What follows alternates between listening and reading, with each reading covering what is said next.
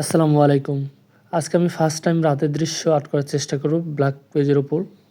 এটা আমার first time drawing black পেজের ওপর। এর আগে কখনো ব্ল্যাক পেজের ওপর আমি কখনো ড্রয়িং করিনি, যার জন্য আমার কাছে অনেকটাই কঠিন মনে হচ্ছে।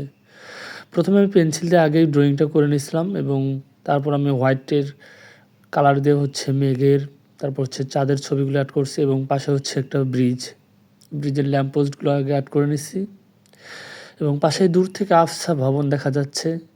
পরে এটা শুধু ব্ল্যাক, হোয়াইট অ্যান্ড হালকা ইয়েলো কালার ব্যবহার করছি।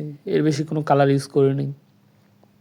আপনার ব্ল্যাক পেজের উপর যে কোনো দৃশ্যই আর্ট করুন না কেন, সেটা সবসময় নাইট ভিউয়ে আনবে, কারণ ব্ল্যাকটাই মনে হচ্ছে রাতের একটা দৃশ্য ফুটে তুলবে। তো আমি ব্রিজের নিচের ফাঁকা অংশটা আর্ট করে নিছি।